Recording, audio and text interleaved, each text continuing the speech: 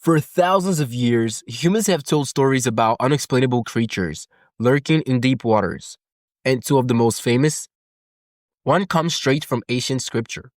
The other comes from a quiet Scottish lake that really shouldn't have this much drama.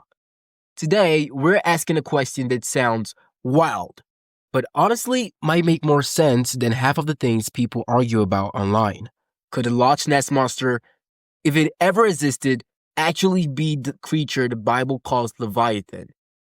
Grab a flashlight, grab a snorkel, grab someone's hand if you're the jumpy type, because this one goes deep, like your cousin's conspiracy theories.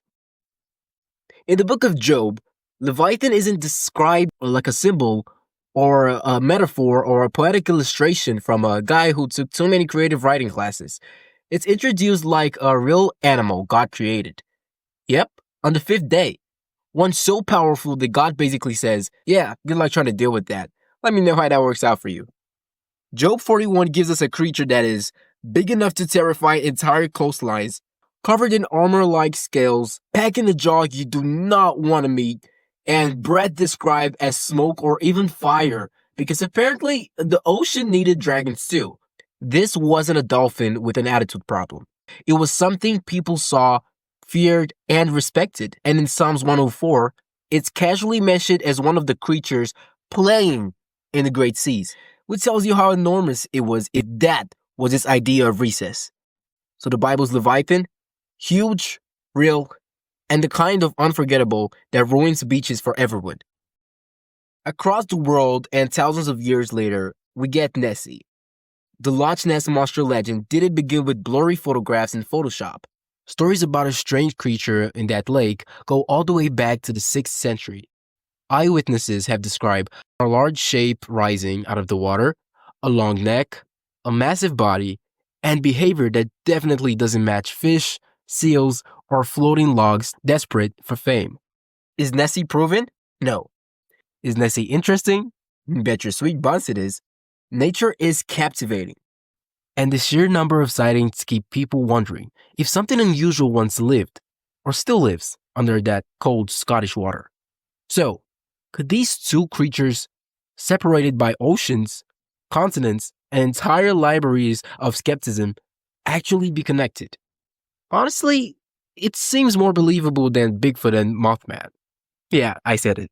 If Leviathan was a real enormous sea creature, and if the Earth used to have far more large, bizarre animals that we see today, then it's not crazy to imagine a few rare survivors hanging out in isolated places. Scientists are still finding once thought to be extinct creatures all the time. So, if anything could hide successfully, it's a massive water creature living in a lake so deep and so dark that scientists still haven't fully mapped it. Bottomless pit? I mean, maybe. We can map Mars, but apparently Loch Ness said nope. This isn't saying Nessie is Leviathan. Different time, different place, different fan clubs. But if Loch Ness ever held something enormous, mysterious, and ancient, then Leviathan is the closest match we got in recorded history. And if they're not the same creature, maybe they're the same category of creature. The kind that makes you subscribe to really awesome channels. So, what do you think? Was Leviathan a massive sea creature lost to time? Some ancient marine beast with no modern equivalent? Or the legendary ancestors of sightings people still whisper about today? And did you spot Snowy, the hero dog? Drop your thoughts in the comments. And remember, whether you're Team Leviathan, Team Nessie, or Team if I can't see the bottom, I'm not getting in, some mysteries might be more real than we think. Gotta give you something to think about. Hasta la vista, pond water skeptic. And you can't have Snowy. We need her to protect us from the Leviathans.